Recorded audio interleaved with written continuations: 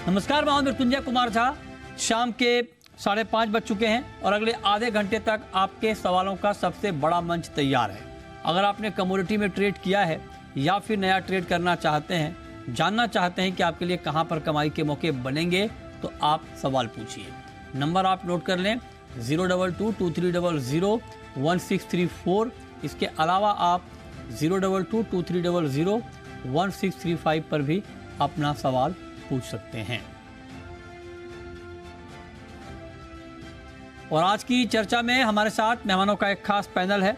हमारे साथ हैं मनोज कुमार जैन, पृथ्वी फिनमार्ट के, अजय केडिया हैं, केडिया कमोडिटी के, दिनेश भट्टर हैं, एग्री मार्केट के एक्सपर्ट हैं, हार्दिक शारदा हैं, हल्दी ट्रेडर हैं, और हर्षल बारोट हैं, मेटल फोकस के। आप सभी का बहुत बहुत स्वागत है। और चर्चा की शुरुआत हम करने जा रहे हैं गोल्ड के साथ। गोल्ड के साथ इसलिए क्योंकि 7 महीने में गोल्ड की कीमतों में सबसे बड़ी गिरावट आई है और ग्लोबल मार्केट में इस महीने भाव 4% टूटा है और 6 महीने के निचले स्तर पर दाम है। भाव $1890 के नीचे तक आ गया है और इस महीने घरेलू बाजार में भाव 3% तक कम हुआ है, सस्ता हुआ है। तो हर्षल, मुझे याद है कि जब आपकी रिपोर्ट आई थी मेटल फोकस की, तो उसमें आपने इस बात पे जोर दिया था कि गोल्ड के दाम घटेंगे, कम होंगे, गिरेंगे। तो दाम तो गिर गए। क्या आपकी रिपोर्ट में कुछ और गिरावट बाकी है, या जितनी उम्मीद, जो संभावना आपने देखी थी गोल्ड में गिरावट की, उतनी पूरी हो गई है? जी मृत्युंजय, देखो, हमने जो फैक्टर के चलते गोल्ड में गिरावट का एक फोकस किया था, हमें लगता है कि वो अब प्ले आउट होना सही मायने में अब वो, तो हम डेफिनेटली और गिरावट मार्केट में देखते हैं। क्योंकि अभी भी अगर आप देखें तो कहीं ना कहीं एक बहुत बड़ा तबका जो मार्केट का है, ये सोच के बैठा है कि यूएस में रेट कट नेक्स्ट ईयर बहुत एग्रेसिवली करने पड़ेंगे, क्योंकि यूएस में एक रिसेशन आएगा और फेड को फोर्स हो जाएगी कि फेड को रेट कट करने पड़ेंगे। बट अगर आप फेड के फोरकास्ट देखिए, जैसे ये गोल्ड का जो डिक्लाइन है वो लेटेस्ट फेड मीटिंग के बाद ही हुआ है, तो फेड अभी भी कहा है कि नेक्स्ट ईयर अगर फेड एक रेट हाइक और यहाँ से करता है तो उस लेवल से सिर्फ 50 बेसिस पॉइंट का कट जो है फेड ने फोकस किया है। और अगर वो रेट हाइक नहीं होता है तो एसेंशियली सिर्फ 25 बेसिस पॉइंट का रेट कट है जो नेक्स्ट ईयर देखने मिल सकता है। उसके कंपैरिजन में मार्केट अभी भी सोच रहा है कि 75 बेसिस पॉइंट के रेट कट नेक्स्ट ईयर हो सकते हैं। तो अभी भी ये जो एक्सपेक्टेशन है और फेड का जो प्रोजेक्शन है उसमें थोड़ा सा एक मिसमैच है। पर ये सिर्फ 2024 तक सीमित नहीं है, 2025 के साल में भी मार्केट और फेड के एस्टिमेट में एक मिसमैच है। तो हमें अभी भी लगता है, जो हमारा बेस केस था कि यूएस इकोनॉमी जो है वो आउटराइट रिसेशन जो है वो इवेट कर लेगी। और अभी हमने रिसेंटली भी देखा है कि जैसे ऑयल प्राइसेस जब से ऊपर आने लग गए हैं, तो ये जरूर हो सकता है कि इन्फ्लेशन भी कुछ टाइम तक स्टिकी हो सकता है, जो एक आर्गुमेंट है कि इंटरेस्ट रेट हायर रह सकते हैं फॉर लॉन्गर। तो इसके चलते हम गोल्ड में और डिक्लाइन देखते हैं। हमें लगता है कि 1800 और उसके नीचे वर्स्ट केस हमें लगता है कि $1750 तक भी गोल्ड में गिरावट देखने मिल सकती है। तो कितनी गिरावट? और 1800 जो है वो फर्स्ट लेवल है और 1750 जो है उसके बाद हमें लगता है कि वो वर्स्ट केस हमें 1750 लेवल तक गोल्ड में गिरावट दिखती है। गोल्ड तो बहुत सस्ता करवा रहे हैं फिर तो आप। तो मृत्युंजय, एक्चुअली अगर आप कंज्यूमर डिमांड पर्सपेक्टिव से देखें तो हमारी भी जितनी बात मार्केट में होती है, तो आई थिंक बहुत मार्केट में ये लोग सोचते हैं कि गोल्ड अगर नीचे आएगा तो स्पेशली ज्वेलरी डिमांड के पर्सपेक्टिव से कंज्यूमर बाइंग जो है वापस बहुत तेजी से वापस आएगी। हमने ऑलरेडी देखा है कि ये गिरावट के बाद जब गोल्ड $1900 आ गया था रिकॉर्ड हाई से, तभी से मार्केट में थोड़ी एक पिकअप हमें देखने मिली है डिमांड में। और अगर गोल्ड में और करेक्शन आता है, अगर आप देखें तो बहुत ज्यादा करेक्शन नहीं है उस लेवल से, क्योंकि अगर आप देखें तो एक वीक में गोल्ड ऑलमोस्ट $75 डिक्लाइन हो चुका है। तो और 75 से $100 डिक्लाइन, ऐसे इन टर्म्स ऑफ परसेंटेज बहुत बड़ा डिक्लाइन हम नहीं फोकस कर रहे हैं, जो डिमांड के लिए कहीं ना कहीं अच्छा होगा, क्योंकि हम इंडिया में भी फेस्टिव और वेडिंग सीजन अभी आ रही है। तो आई थिंक उस लेवल पे डिमांड बहुत ज्यादा स्ट्रांग आ सकती है, जो प्राइस को एक सपोर्ट देगी। अच्छा, ठीक है, आप बने रहे हमारे साथ। हमारे साथ कुछ और खास मेहमान हैं। अजय जी, आपने सुना अभी हर्षल को। हर्षल कह रहे हैं कि गोल्ड में अभी और गिरावट बाकी है। तो ट्रेडर के पॉइंट ऑफ व्यू से जो लोग ट्रेड करना चाहते हैं गोल्ड में, उनको इस भाव पर क्या करना चाहिए, इसका जवाब आप दीजिए। और उससे पहले आप ये जवाब दीजिए कि आप जुड़ कहाँ से रहे हैं, आपके पीछे कुछ बैकग्राउंड अलग दिख रहा है रोज से। कहाँ से जुड़ रहे हैं सर, ये बताइए, और क्या करना चाहिए गोल्ड में? नमस्कार मित्र जी, डेफिनेटली आज मैं बॉम्बे में ही हूँ, बट एमसीए में हूँ। कुछ एक इवेंट है, उसके लिए मैं एमसीए ग्राउंड में ही हूँ। तो ग्राउंड का नज़ारा, जो हरियाली आज हमने पूरे कमोडिटी पैक में देखी है, चाहे सोना चांदी की बात करें, चाहे बेस मेटल की, वो हरियाली लाल है, ग्राउंड से ग्वार दिखाने की लाल। कोशिश कर रहा हूँ। ग्वार तो बड़ा लाल है, खाली जीरा और जीरा और हल्दी में हरियाली है। आपकी फेवरेट कमोडिटी तो लाल है। अगले नहीं, बिल्कुल लाल जरूर है, बट ज्यादा देर लाल नहीं रहेगी। आगे एक इवेंट भी है। अच्छा। तो मुझे लगता है कि पूरे कमोडिटी में आज हमने काफी अच्छी रिकवरी देखी। कमिंग ऑन अगर गोल्ड की अगर हम बात करें तो डेफिनेटली प्राइजेस के अंदर मुझे लगता है कि एक ओवरऑल हमने एक स्टेबिलिटी बनते हुए देखी है मार्केट के अंदर। अगर हम देखें 2 महीने पहले भी 58 58.5 का बेस बनाकर हमने 60 के ऊपर भी आते हुए देखा। नो डाउट एक इंटरनेशनल में डेफिनेटली थोड़ा प्रेशर जरूर बना है इस बार भी, बट मल्टीपल ऑफ टाइम हमने 1850 1860 या 1880 से बाउंस आते हुए देखा। तो आई थिंक मार्केट थोड़े कंसोलिडेशन में, बट जो इंटरेस्ट रेट हाइक की हम बात कर रहे हैं तो वो एक्सपेक्टेड नवंबर में ही था, बट अब जाके वो और थोड़ा डाइल्यूट होता हुआ दिखाई दे रहा है। इंटरेस्ट रेट हायर लेवल पे, एलिवेटेड लेवल पे कंटिन्यू रहेगा, तो ये एक्सपेक्टेड ही है कि मार्च अप्रैल से पहले कोई रेट कट होना भी नहीं है।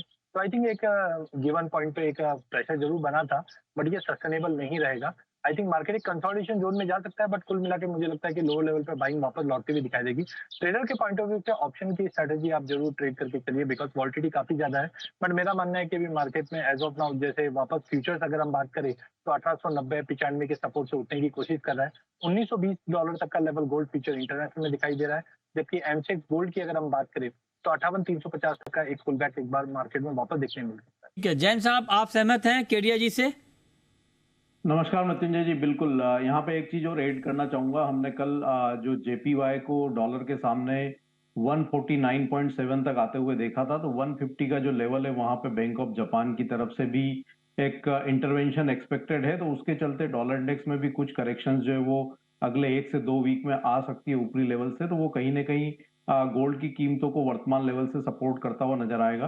तो शॉर्ट टर्म में मेरा मानना है कि यहाँ पे काफी ओवरसोल्ड जोन में है गोल्ड अभी, तो ये लेवल पे सेलिंग का फ्रेश पोजीशन नहीं लेना चाहिए।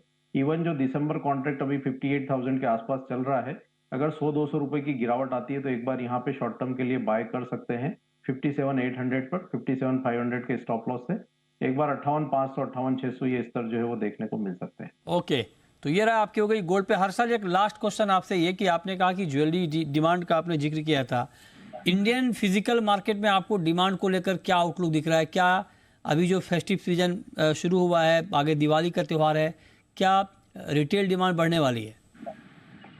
जी मृत्युंजय, हमारा अनुमान ये है कि डेफिनेटली रिटेल डिमांड पिकअप होगी। ऑलरेडी हमने साइंस देखे हैं, जब गोल्ड 1900 पे आ गया था, अब तो उससे भी ज्यादा करेक्शन आई है। तो इस फेस्टिव वेडिंग सीजन में हम डेफिनेटली देखते हैं कि डिमांड पिकअप होगी। और ये स्पेशली अगर आप देखें कि पहले कैलेंडर ईयर के पहले जो 2 क्वार्टर्स थे उसमें डिमांड काफी वीक थी इंडिया में, क्योंकि रिकॉर्ड हाई प्राइसेस थे। तो बहुत सारी पेंटअप डिमांड भी है इंडिया में, लोग वेट कर रहे थे प्राइस फॉल होने का। तो आई थिंक कहीं ना कहीं ये अच्छे आसार है फिजिकल डिमांड के लिए, अगर ये प्राइस डिक्लाइन होती है। ठीक है, बहुत शुक्रिया आपका जुड़ने के लिए, गोल्ड पर अपना व्यू देने के लिए। चांदी में क्या करें केडिया जी, आज के लिए क्या ट्रेड आप सिल्वर में देख रहे हैं सर, क्या करें? मिथुन, चांदी की अगर बात करें तो पिछले 2 दिन में हमने चांदी में थोड़ी ज्यादा स्टेबिलिटी देखी एज कम्पेयर टू अगर हम गोल्ड की बात करें। गोल्ड सिल्वर रेशियो में जो गिरावट आकर वापस 8150 पे आया है, ये दर्शाता है कि सोने के मुकाबले चांदी अभी भी आउट परफॉर्म करेगी। सेकंड क्लू अगर हम बात करें तो कॉपर में जिस ढंग से एक बड़ा जंप आया, ये भी चांदी को सपोर्ट करता है। तो I think multiple of time $22.5 से मार्केट घुमा है, तो आई थिंक $23 का भाव इस वक्त चल रहा है, जो मुझे लगता है 2380 तक का एक स्पाइक दे सकता है। डोमेस्टिक मार्केट पे भी मुझे लगता है कि मार्केट में कंटिन्यू तेजी रहेगा। जो इमीडिएट टारगेट तो मुझे लगता है कि 73 तक का लेवल दिखा सकता है, करंट लेवल से लेके काम करना। ठीक है, ओके, तो ये रहा आपकी हो गई चांदी पर। चांदी पर भी आप नज़र रखिए। आगे बढ़ते हैं, अब बात करते हैं एग्री मार्केट की। एग्री मार्केट में आज टर्मरिक में बड़ी तेज़ी आई है, और आप देखिए कि जो टर्मरिक के दाम हैं आज के कारोबार में अगर आप देखें तो करीब करीब 600 रुपये बढ़े हैं। 4.5% के आसपास की तेज़ी एक झटके में हमने टर्मरिक में देखी है। हमारे साथ हार्दिक शारदा है। हार्दिक स्वागत आपका। हार्दिक शारदा जी, आप जरा बताइए कि टर्मरिक में क्या करवा रहे हैं आप? टर्मरिक में करवा कोई नहीं रहती सर, टर्मरिक कुदरत से चल रहा है। अच्छा, 15,000 के नीचे अभी 12,700 का लो। बहुत भोले हैं शारदा जी आप। हाँ जी, बहुत भोले हैं आप, कह रहे हैं कि कुदरत से चल रहा है टर्मरिक में। अभी कुदरत से ही 8,000 की हल्दी 18,000 होकर आई। अच्छा, वापस ये 13,000 का भी नीचे बॉटम तोड़कर हाफ रिएक्शन कुदरत से आई या फितरत से आई? नहीं, ये कुदरत का क्या, सोइंग 30% सोइंग कम हुआ। अच्छा। इस बार स्टार्टिंग में बारिश नहीं था, बाद में बारिश नहीं रहने के कारण से बढ़ा, बाद में ज्यादा बारिश होने से गिरा। अब हल्दी का जो भी भाव ताव रहेगा वो अक्टूबर और नवंबर भाव के जो स्विंग हुआ है उसका जो यील्ड उस समय आएगा, उसके ऊपर आने वाली भविष्य की तेजी, बड़ी तेजी संभावित रहेगी। लेकिन अभी जो भाव आया है ये बॉटम छू कर आया, और अब 125 का हल्दी जल्दी टूटना ये दिसंबर तक मुश्किल है। तो अच्छा, आप कह रहे हैं 125 की हल्दी टूटना मुश्किल है। ऊपर में क्या देख रहे हैं आप? ऊपर में धीरे धीरे ये जैसे डिमांड लगेगी। अभी क्या है, ऊपर का भाव देख के आया है, लोगों को तुरंत पैसे की मारामारी हो या मनी क्राइसिस हो या स्टॉक जो हो, जो नीचे का भाव का ऊपर में स्टॉक प्रॉफिट बुकिंग आएगा, इसका जो ओरिजिनल तेजी शुरू होगा वो 15 दिसंबर के बाद शुरू होगा। और धीरे धीरे जो स्टॉक कम है या जो सोइंग कम हुआ है उसका बड़ा इफेक्ट फरवरी के बाद दिखने को मिलेगा। अच्छा जी, ओके। तो आप कह रहे हैं कि फरवरी के बाद इसका और इम्पैक्ट टर्मरिक के ऊपर दिखेगा। चलिए, बहुत शुक्रिया आपका जुड़ने के लिए और टर्मरिक पर बात करने के लिए। हमारे साथ भट्टर साहब भी जुड़ चुके हैं जो कि जीरा ट्रैक करते हैं। भट्टर जी, जीरे में तो आज रौनक दिखी सर, रौनक कहाँ से आई या लाई गई? जीरे में एक्सपोर्ट के व्यापार अच्छे हैं, बांग्लादेश है, पाकिस्तान का व्यापार अच्छे हैं। अच्छा। इंडिया के अलावा अभी एक्सपोर्ट का ऑप्शन भी नहीं है। जो पहले दुबई आया हुआ था माल, चाइना से, इंडिया में आया हुआ था, वो काफी माल सलट गया। अब नया एक्सपोर्ट उम्मीद करते हैं, अब नया एक्सपोर्ट नवंबर में अच्छा आना चाहिए। और ये एक्सपोर्ट के नया माल आने से पहले 30-35 हजार 40 हजार टन जाने की संभावना है। तो इतना माल, इतना भराव भी नहीं है और आमदनी मंडिया में ज्यादा आ नहीं रही है। से जो बात आप बता रहे हैं भट्टर जी, तो फिर आपके हिसाब से ये जो आज की तेजी है टिक जानी चाहिए, ऐसा नहीं कि फिर जब नेक्स्ट वीक ट्यूसडे मार्केट खुले फिर धड़ाम। इस महीने में सर करीबन 2200 साढ़े 2200 टन की एक्सपायरी है। तो ये एक्सपायरी का, जैसे पिछली एक्सपायरी बड़ी थी उसके कारण बाजार मार्केट उस एक्सपायरी को बाहर नहीं था, वो उसके लिए 100 रुपए किलो घट गया था, उसके बाद में बाहर बना।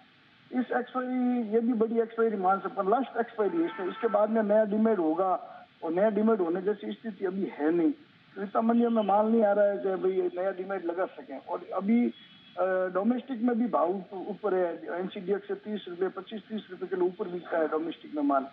तो वो माल, और डोमेस्टिक में जो माल बिकता है ना वो ग्रेड से बिकता है, सबके अलग अलग भाव होते हैं। एक्सपोर्ट क्वालिटी जो एनसीडीएक्स का जो माल डिलीवरी आता है वो एक्सपोर्ट की क्वालिटी बनता है। ओके, ठीक है सर, ठीक है, आप रुकिए हमारे साथ। आप जो बता रहे हैं तो उसको देखते हुए जैन साहब, कोई ट्रेड अभी बनता है या दूर रहे हैं जीरे जैसी कमोडिटी से भी, क्या करें? यहाँ पे एक रेंज जो है टेक्निकली वो समझ में आ रही है मृत्युंजय जी, जीरे में 58,500 से 61,800 की। तो ये दायरे में भी नेक्स्ट वीक जो है जीरा रह सकता है। अगर ये लोअर रेंज के आसपास आता है तो वहाँ बाय कर सकते हैं, लेकिन बड़ी तेजी अभी यहाँ टेक्निकली दिखाई नहीं दे रही। 61,800 एक मेजर रेजिस्टेंस यहाँ देखने को मिलेगा फिर। 61,800 जी।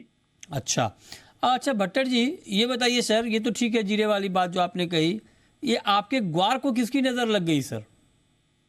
ग्वार में सर सुक्का के चलते बहुत बाइंग हो गई थी पब्लिक की। मैंने आपको लास्ट में भी पहले भी कहा था, वो बाइंग, बारिश आ गई और सामने ऊपर में नफा वसूली किसी ने करवाई नहीं, नई बाइंग हुई नहीं, और सट्टा बायरलेस बन गया।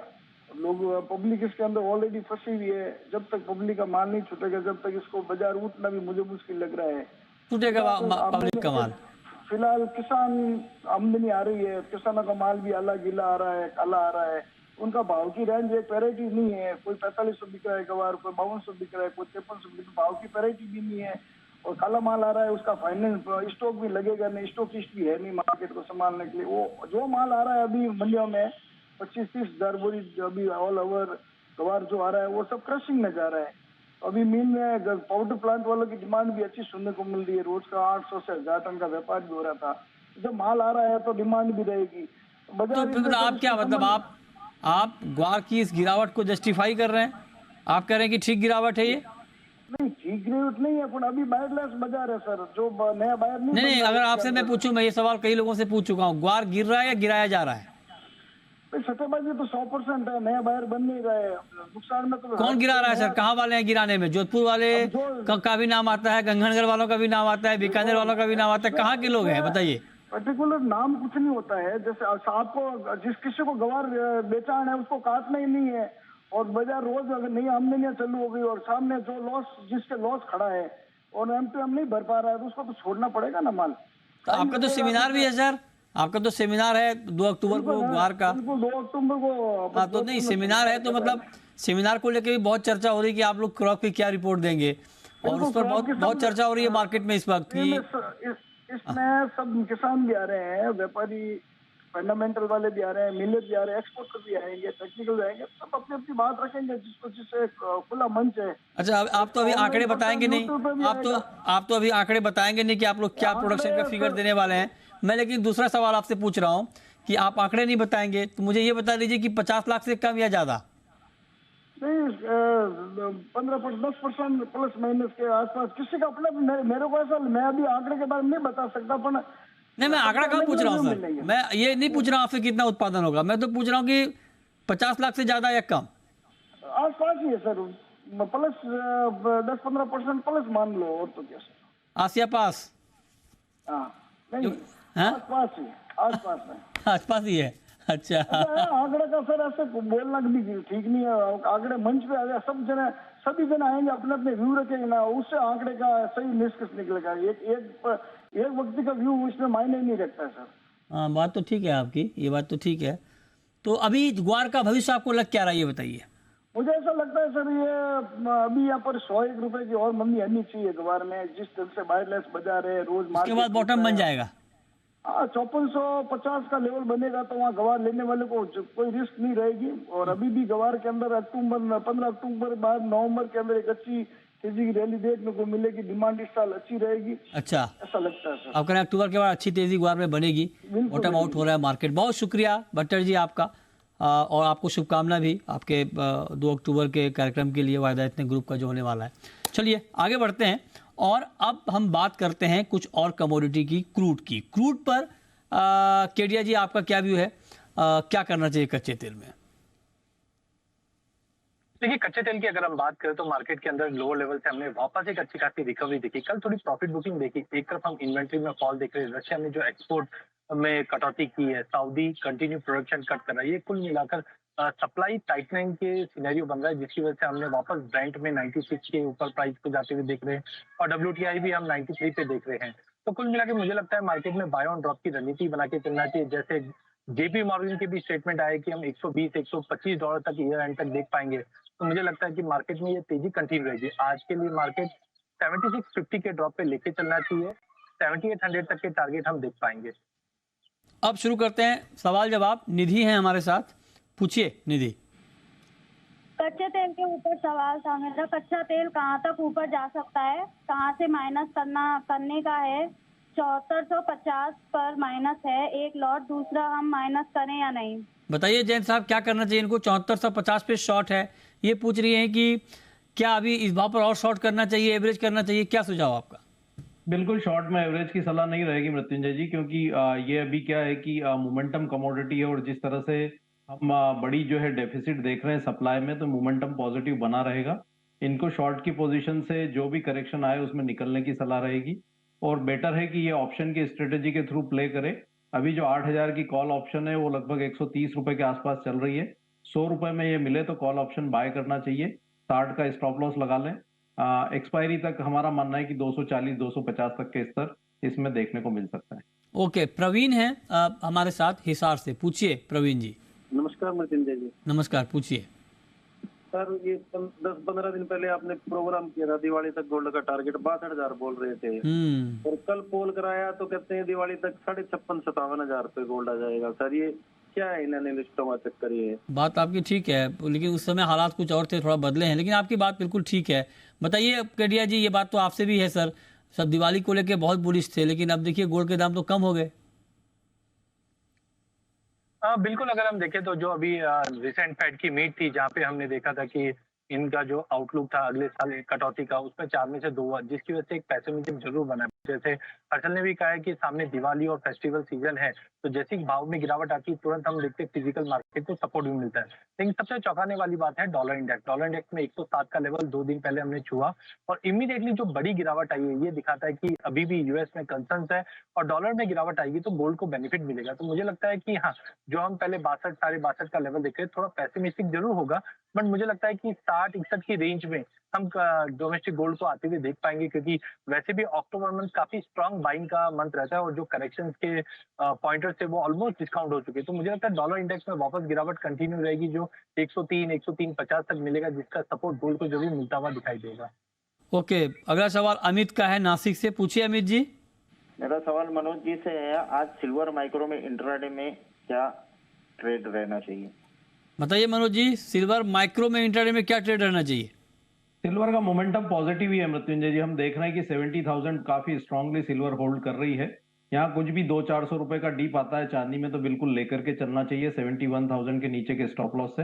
हमारा मानना है कि नेक्स्ट वीक में एक बार फिर 73,500 तक सिल्वर में देखने को मिल सकता है। ठीक है, ओके, तो इस पर आप नज़र रखिए कि क्या करना है आपको, और आगे बढ़ते हैं और कुछ और कॉलर लेंगे, लेकिन उससे पहले केडिया जी, नेचुरल गैस में कोई ट्रेड आपको दिख रहा है सर? देखिए, नेचुरल गैस की अगर बात करें तो पिछले 2-3 दिनों में हमने काफी बड़ा जंप आते हुए देखा, बट एक तरफ आप देखेंगे तो इन्वेंट्री लेवल यूरोप में काफी एलिवेटेड लेवल्स पे ऑलरेडी पहुंच चुका है, इसके लिए एक्स्ट्राऑर्डिनरी बड़ी तेजी नहीं दिख रही है। अभी जो तेजी आई है 2 दिन में वो नॉर्वे के अंदर हमने कुछ मेंटेनेंस शटडाउन की न्यूज देखी थी, जिसकी वजह से भाव में ये तेजी आई थी। तो टाइमिंग ट्रेंड तो पॉजिटिव ही है, बट बाय ऑन ड्रॉप की रणनीति बनाई है। 238 पे लेके चलना चाहिए, 234 के स्टॉप लॉस रखिए। हायर साइड में 248 से 250 तक के लेवल हम नेचुरल गैस में देख पाएंगे।